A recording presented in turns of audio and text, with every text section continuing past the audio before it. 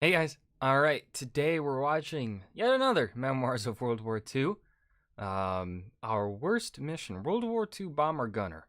Memoirs of World War II number 24. I already said the channel name. Link as always is in the description down below, as is every video, if you haven't realized. But, not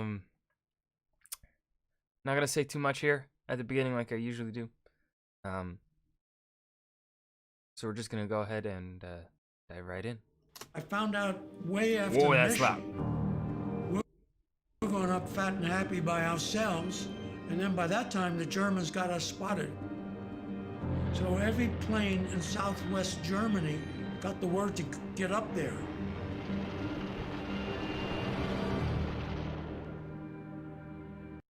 I have yet to cry during one of these videos while recording. So, let's keep that streak going.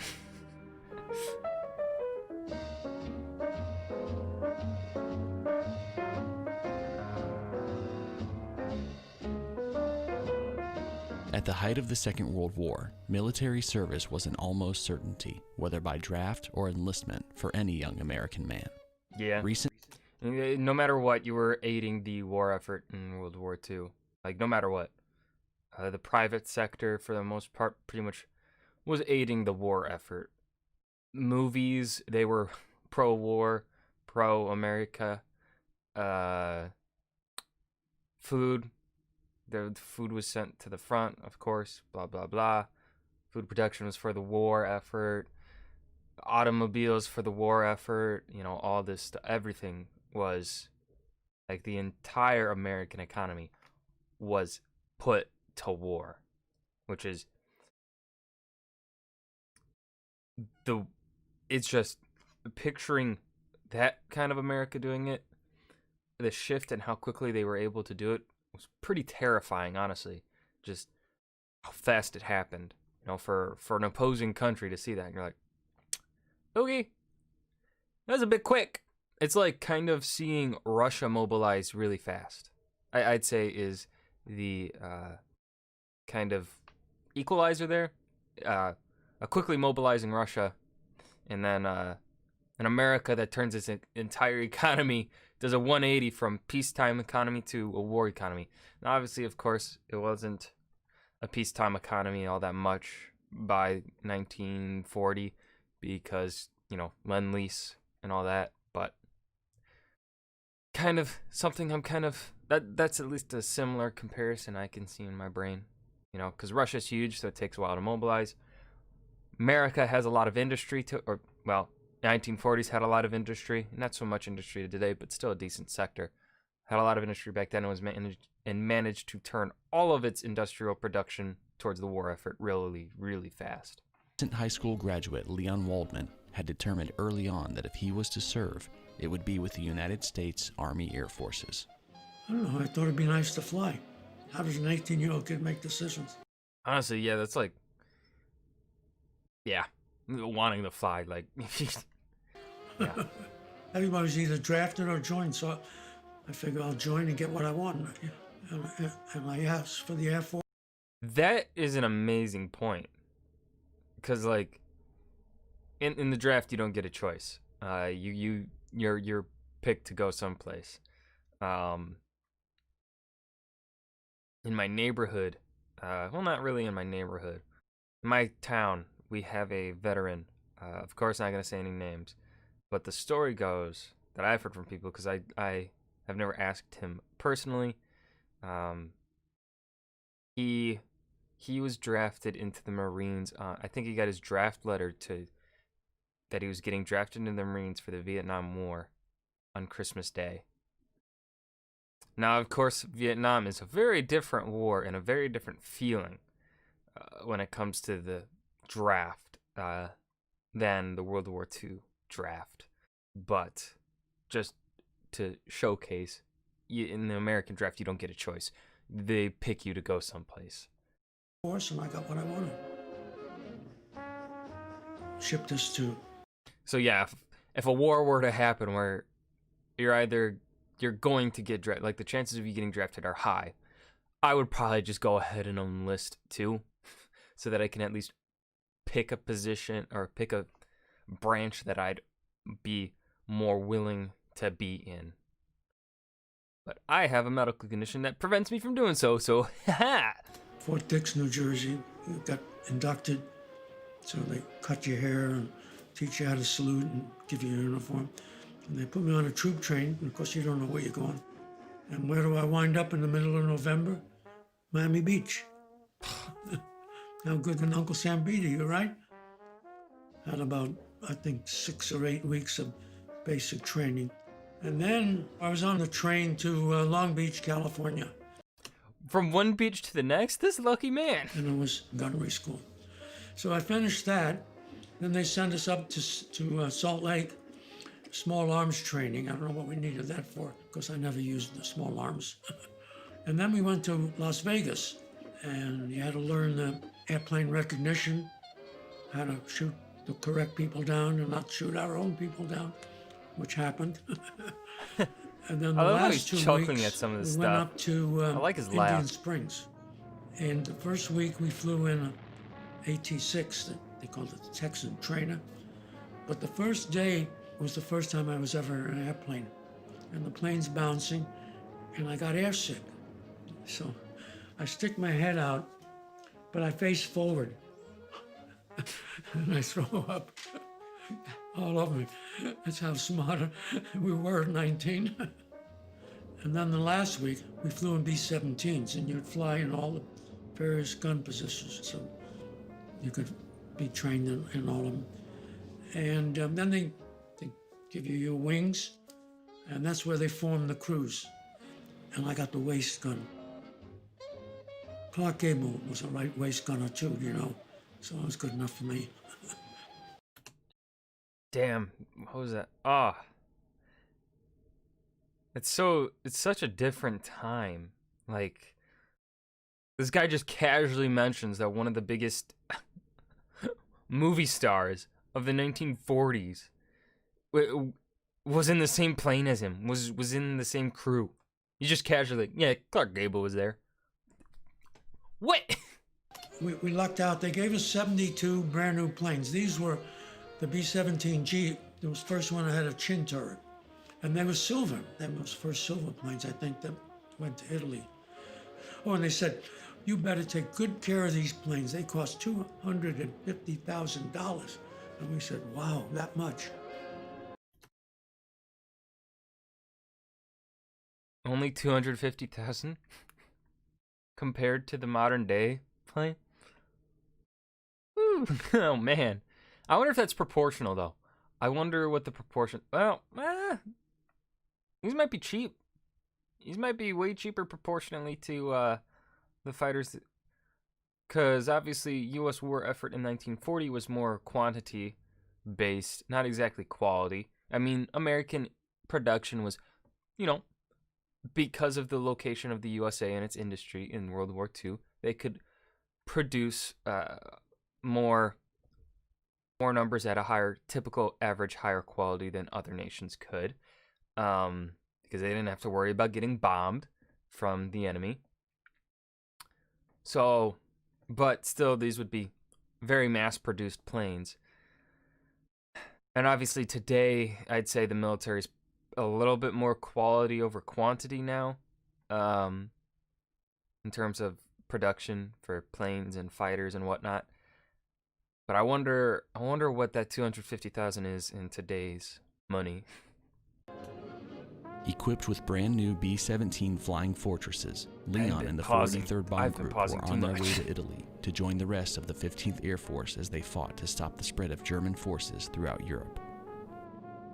But when the 483rd arrived, they were met with a rude awakening. So they sent us up to double up with another FDR's bomb on that had plane. been there a long time, the 99s. And those dirty guys took our shiny bombers away. We thought they were ours. They took 72 new planes away from us and gave us this beat up old bad penny up there with 100 missions on it when we got it. 100 missions. Huh. So flew the first mission April 12th, but it was like a milk run. It was an easy mission. We were just bombing a cement factory, not a very important target. And I think there was a couple of puffs of smoke came up, and I was looking out the window, and it was a beautiful day, and I thought, boy, this is fun, you know? Well, the next mission, the guy I knew pretty well, he was on another crew. Boom, they hit him in the wing. They hit him with the 88 in the wing, which blows up the gas tanks, and the plane just disintegrates. Nobody lives through that. So I thought, boy, that could get hurt on this job. That's pretty tough, you know. So then I flew a lot of missions after that. Mostly we bombed aircraft factories, bombed a torpedo factory once in France, marshalling yards. I went to Vienna 2 or 3 times. They were making fighter planes. We had to bomb those factories. Ploesti, because that's where the Germans were getting most of their fuel. Munich was a very bad mission.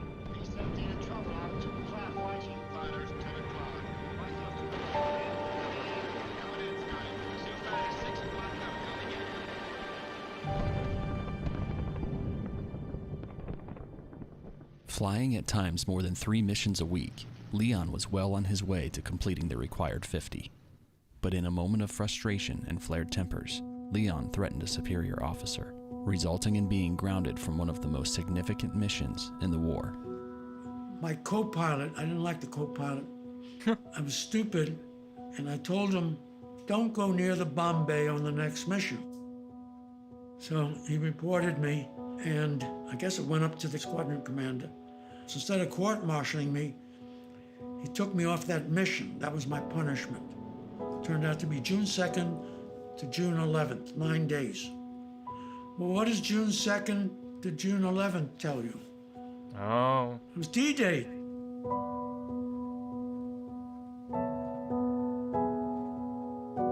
The Allied invasion of the French coast was the first step in bringing the war to Germany in an unprecedented way. But for the largest seaborne invasion in history to be a success, it would require a multitude of diversions to keep the German full strength from defending the coast. The bombing missions of the 43rd would do just that. They flew this mission to Romania, bombed it, and then went on to Russia, and they sat down for a day or two. Then they flew another mission, but that took the pressure off the Western Front somewhat, you see? But that was my contribution to D-Day. But we didn't have newspapers or magazines or radios. You know, D-Day meant nothing to us. Oh, yeah. Heard about, yeah, they landed in Normandy. Well, good. When do we go home? The D-Day invasion was a success, and the tide began to turn in the Allies' favor. But the skies over Europe were no less dangerous for the 15th Air Force. We lost 79 planes in the time we were over there. Most of the time, the planes were shot down. So everybody was lost, except those that could jump out, you know. Come on, you guys, get out of that plane. There's plenty coming out of the bomb bay. The worst mission was a place called Memmingen, Germany. They thought it was a milk run, you know, some airfield in Germany. What the hell is that all about? Well, I'm flying along and I don't know what's going on, you know. I thought we were going up to a target with a bunch of other bombers. The Tuskegee Airmen was supposed to fly escort on that mission. Well, I found out way after the mission, we're going up fat and happy by ourselves. 2 of the groups didn't like the weather over the Adriatic and turned around and went home. And 2 other groups went to an alternate target, and the fighters didn't go with us. And then by that time, the Germans got us spotted. Hey, a group of 26 dumb, happy B-17s all by themselves. So every plane in southwest Germany got the word to get up there. And I look out there and I see, wow, a flock of birds coming closer, and you could see the airplanes. And the next thing I hear, everybody's shooting and planes are going down. The first squadron of 7 planes went down in about 2 or 3 minutes, all of them. And then they started on the other 2. They got 14 out of 26 of us. So 14 planes went down with 143 guys. And we were fighting the rest of them off. The whole battle was about 10 minutes. Wow. When we got over the target, we were able to bomb it successfully. They say we destroyed a lot of planes on the ground. But this was the worst mission for my bomb group, and probably for any bomb group to lose. It was basically 60% of the planes in a few minutes.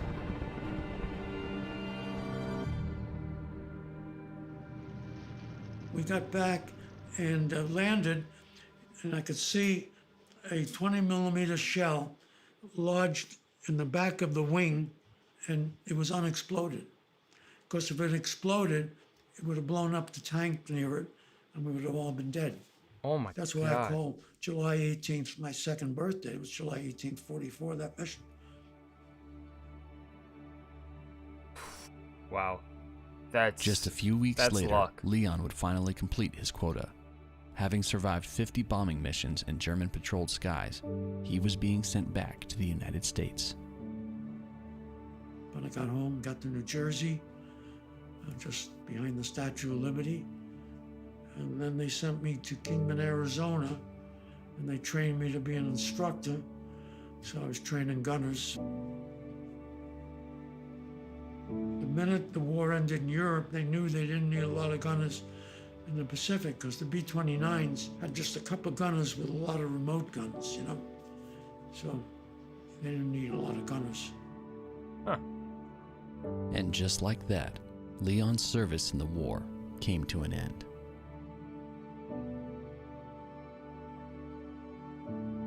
"75 years later, Leon's memories of the Second World War are clear as ever. The missions he flew and the crew he served with. But the other guys, they all disappeared.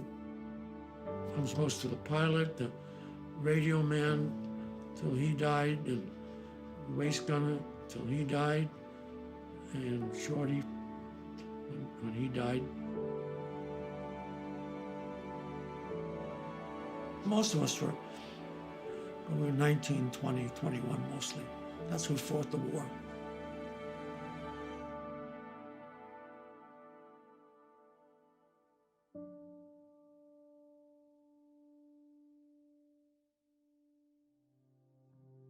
Okay, yeah, his thing that he does at the end, every day we lose them, and it's harder to, you know, get their stories down. So of course that's the goal of this channel of his, is to record the remaining World War II veterans that we have, their stories and all that. And somebody probably should get going on Vietnam veteran stories. Well, maybe Korea should be after World War II. Get Korean veteran stories going. But yeah, this was a good video. Of course, like, I'm always gonna say that with this channel. This is a great channel. I don't know what else to add here. I don't think it was as dramatic as the previous one, because I believe in the last video they actually got shot down, or yeah, he was like a prisoner of war, I believe, was the last guy that we watched on the channel. These guys made it back all intact, except for a hole in the wing by an unexploded shell. But yeah, that was our worst mission, World War II Bomber Gunner, Memoirs of World War II, number 24. I hope you guys enjoyed. Remember to leave a suggestion down below for what you want to see me react to next, and I'll see you guys in the next video. Thank you.